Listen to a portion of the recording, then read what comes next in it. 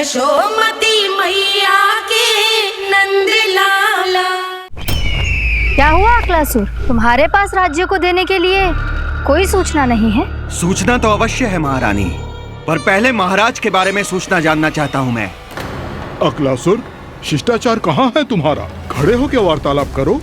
ये मत भूलो कि तुम राज सिंहासन को उत्तर दे रहे हो। सिंहासन पर सिंह ना हो तो शिष्टाचार का प्रश्न नहीं उठता। मैं खड़े होकर पूरी विनम्रता से उत्तर देता यदि महाराज कंस यहाँ होते तो। पिछले 3 वर्षों में इस सिंहासन का भार किसने संभाला है अकालासुर? महाराज कंस के प्रतिनिधि के रूप में किसने बनाया मथुरा को अधिक समृद्ध, अधिक शक्तिशाली? बोलिए, किसके हाथों में सुरक्षित रही है महाराज कंस के साम्राज्य की बागडोर? यही तो मेरा प्रश्न है महारानी। साम्राज्य महाराज कंस का, सिंहासन महाराज कंस का, पर अदृश्य कौन है? स्वयं महाराज कंस। आप ही बताइए महारानी, कहाँ है महाराज?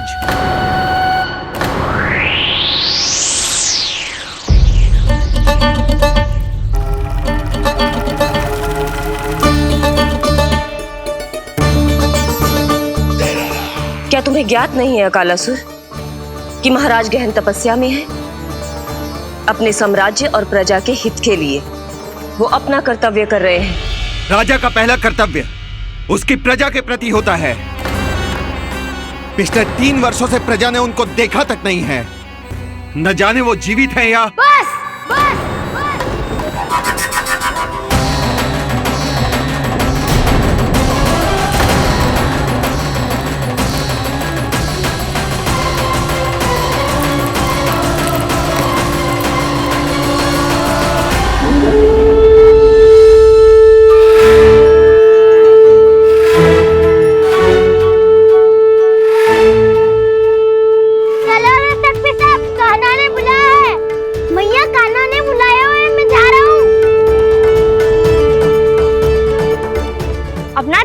गोमाता, मुझे कान्हा ने बुलाया है। देख ना, अब घर खेल के मैदान में बदलने वालों है। खिलाड़ी बस आते ही होंगे और सबसे पहले आएगा वो जो कान्हा का सबसे प्रिय और आज्ञाकारी मित्र है, सुबल।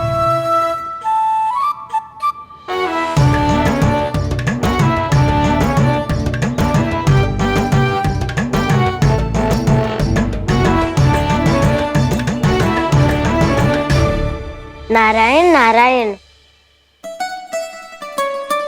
कान्हा ने बुलायो, मैं दौड़ा चलायो। तू तो पहले से ही फल खा रहा है। अब जो मैं इतने सारे व्यंजन बना रही हूँ उसके लिए तो तेरे पेट में स्थान ही ना बचेगी। मैं बचा लूंगा काकी, ये तो अभी समाप्त कर ही दूंगा, फिर जब बनाएगी वो भी खा लूंगा। ना कहकर अन्न का अपमान थोड़ी ना करूंगा मैं। अब दूसरा आएगा वो जिसका बड़ बोला व्यवहार पूरे गोकुल को पता है, कान्हा का सबसे पहला मित्र, सुमति का लल्ला उज्जवल।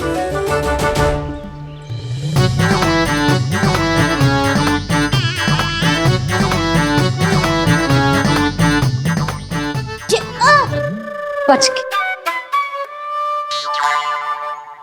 कान्हा, तेरे भोपू का स्वर सुनते ही चला आए हो। पता है कितनी कठिनाई हुई मुझे? शीघ्रता के चक्कर में गिरते गिरते बचो और फिर भी भागते दौड़ते सबसे पहले पहुंचो यहाँ। पर सबसे पहले तो सुबल पहुंचो है। हाँ हाँ, वो तो इसलिए कि मैंने पहुंचने दियो। अरे कहीं तो प्रथम आने का अवसर मिलना चाहिए हमारे मित्र को, है कि ना? एक का पेट बातों से ना भरता और एक का भोजन करके भी ना भरता है।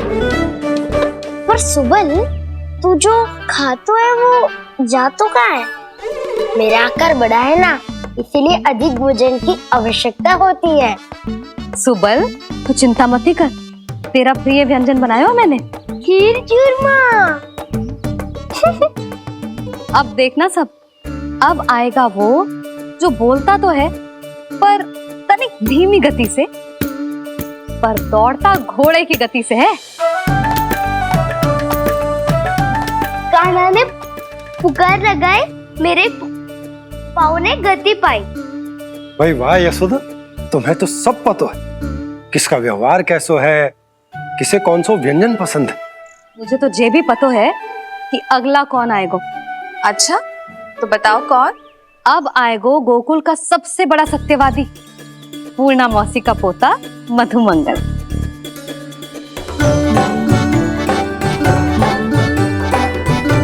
नारायण नारायण। चलो अब तो मैं भी आगो, अब खेले। पर कान्हा तो अभी खेलना आरंभ करेगो। ऐसा क्यों? इसके दाव तो आएगी ना, और दाव के बिना कान्हा कछु आरंभ करे जे तो संभव ही ना है। दाऊ कहाँ रह गए? कान्हा वो वसंता से मिलने गया है। दोनों एक साथ ही आएंगे। दाऊ आ गए। वसंता दाऊ के ऊपर। नारायण नारायण नारायण।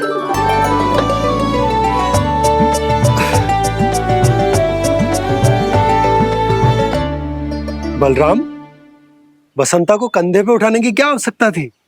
कंधे पे लेकर ना आता तो आता ही नहीं काका जी। एक कोने में वैसे डुबक कर बैठ गया था और नारायण नारायण जप रहा था। बस तो फिर नारायण का नाम सुन के दाऊ को सहायता तो करनी ही थी। वह कोई भूत प्रेत का था क्या? क्योंकि जब मैं भी उस मार्ग से आ रहा था तब मेरे पीछे भी एक भूत पड़ गया था। उसके इतने लंबे हाथ थे और पाँव तो भूत नहीं, बिल्ली पड़ गई थी इसके पीछे। हाँ चलो हम छुपन छुपाई खेलेंगे। महारानियों के लिए मेरे मन में सम्मान बहुत है, पर महाराज का स्थान कोई और नहीं ले सकता। आप सब विचार कीजिए, महाराज अपनी प्रजा के साथ छुपम छुपाई क्यों खेल रहे हैं?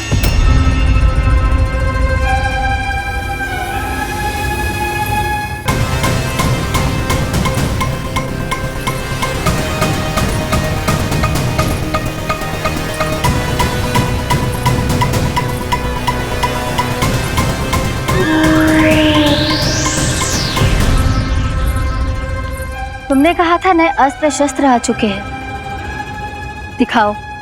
जी लाओ।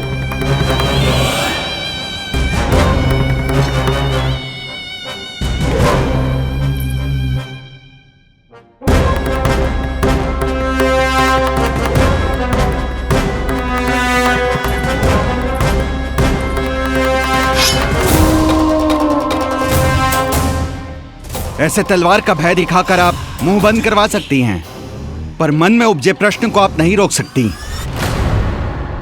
महारानी, अकलासुर का प्रश्न उचित ही है। अन्य सभासदों के मन में भी यही जिज्ञासा है। हम सब महाराज को देखना चाहते हैं। महारानी, एक बार दर्शन करा दीजिए ना महाराज के।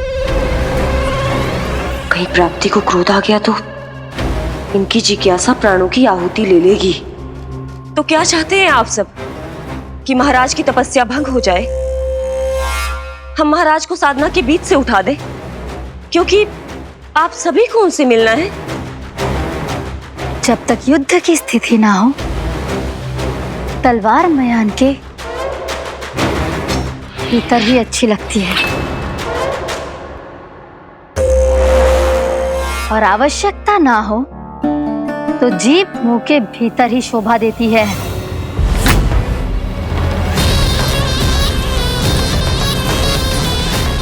आप सभी को अपने महाराज से भेंट करने का पूरा अधिकार है, इसलिए आज अश्विन पूर्णिमा को महाराज कंस आपसे अवश्य भेंट करेंगे। महाराज कंस की जय! महाराज कंस की जय! महारानी अस्ति और महारानी प्राप्ति की जय! अकालासुर, आना मत भूलना।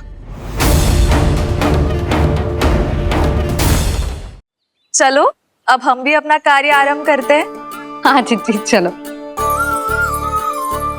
भोजन के लिए तो प्रतीक्षा करनी पड़ेगी, तो तुम लोग देख क्या रहे हो? खेल आरंभ करो।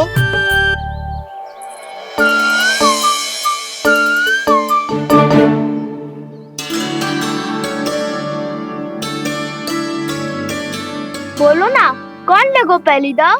कान्हा। ठीक है। सदैव मेरे लल्ला को ही पहला दाव दे देते हैं और मेरा भोला भाला कान्हा मान भी लेते हैं। बालकों को जैसे आनंद आए खेलने दो उन्हें। पर कभी तो मेरे लल्ला को भी छुपने का अवसर मिलना चाहिए। बहुत प्रवीण है छुपने में, मुझसे अधिक कौन समझेगा? कान्हा छल मत कर, नहीं तो फिर से दाव लेनी पड़ेगी। एक दाव लेने वाली की आंखें अनेक।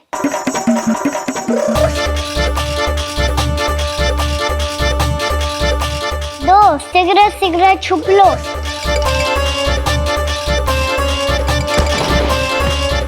तीन आ रहा हूँ बजाते हुए बीन।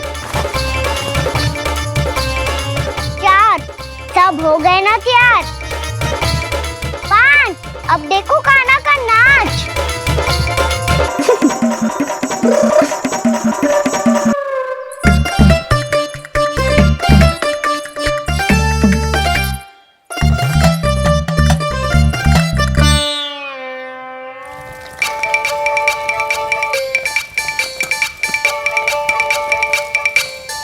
क्या कर रही हो यशोदा? हाँ? ध्यान कहाँ है तुम्हारा? यही है, यही तो है जीजी।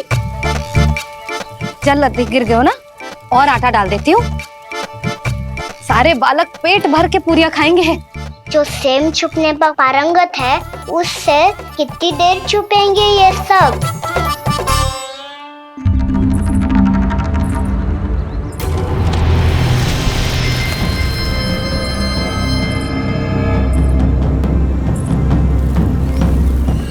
खेल के बहाने ही सही एक बार बाहर आ जाओ कृष्ण। आओ देखो तो सही, कौन है तुम्हारी प्रतीक्षा में इतना व्याकुल?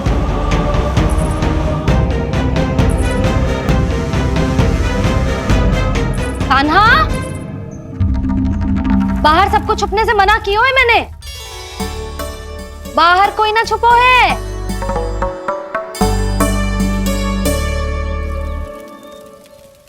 यहाँ कौन छुपा हो सकता है?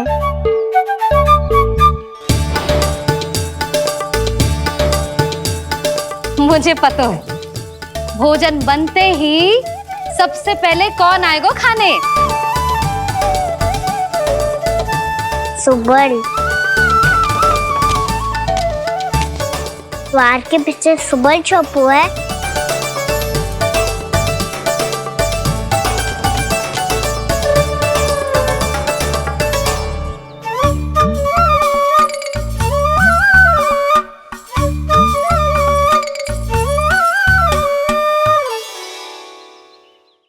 जानती हो रोहिणी जीजी, मेरा कान्हा तो किसी से भी ना डरता, ना भूत से, ना प्रेत से, और बिल्ली और बैल तो कछु गिनती में ही ना है।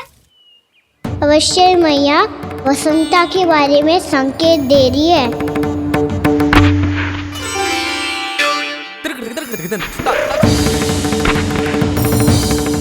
वसंता तू बोरे में छुपो है ना, चल बाहर आ जा।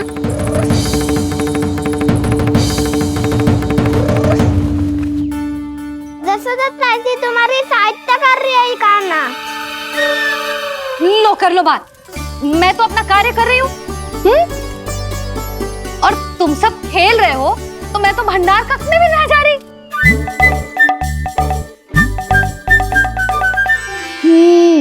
भंडार कक्ष में कोई चुप है?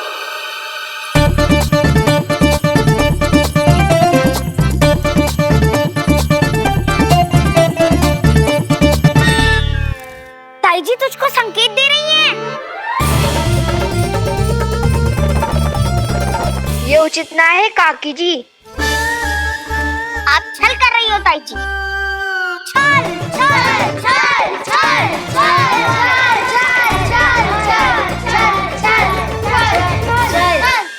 अच्छा जी, मैं और छल, ये तो संभव ही ना है।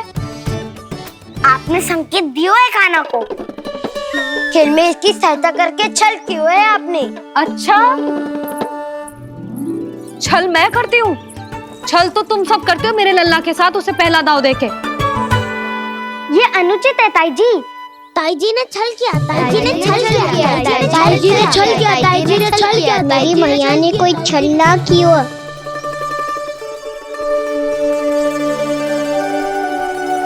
और ये सत्य है कि इन्होंने तुम्हारी सहायता की है ना?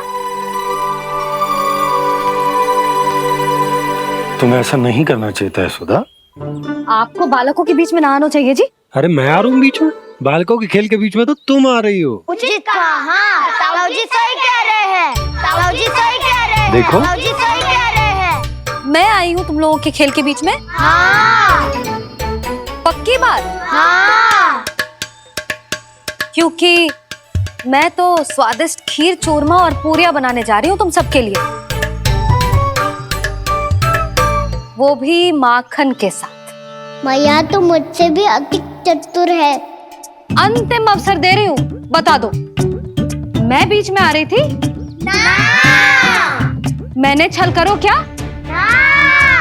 पक्की बात? पक्की बात काकी, आप तो अपने कार्य में व्यस्त थी। हाँ, हमारे लिए पकवान बना रही थी। तो चलो बस पात में बैठ जाओ स्वादिष्ट व्यंजन खाने के लिए। आजा।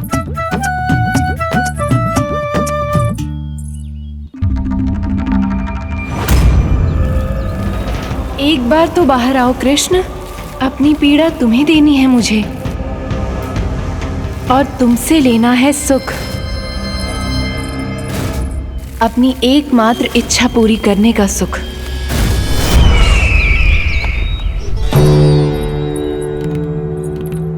आश्वासन तो तुमने दे दिया, किंतु इस दशा में कैसे मिलाओगी इन्हें सभासदों से? यदि वो सभी शीघ्र ही महाराज से नहीं मिले तो इन्हें मृत मानकर विद्रोह कर देंगे सब। हमें राज सिंहासन से नीचे उतार देंगे, हम पर आक्रमण कर देंगे और हम दोनों कुछ नहीं कर पाएंगे। इसलिए अब और कोई उपाय नहीं है अस्थि। हमें किसी भी तरह इन्हें इस कक्ष से बाहर निकलने के लिए मनाना ही होगा।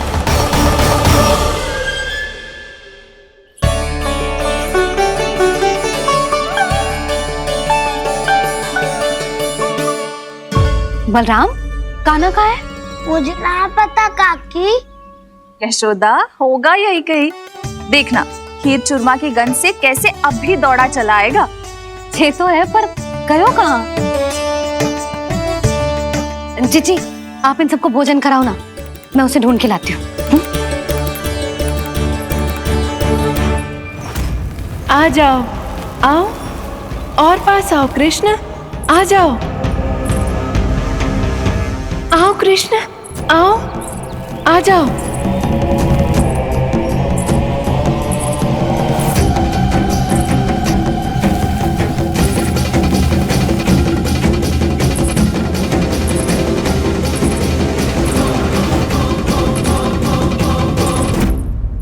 कान्हा, कान्हा,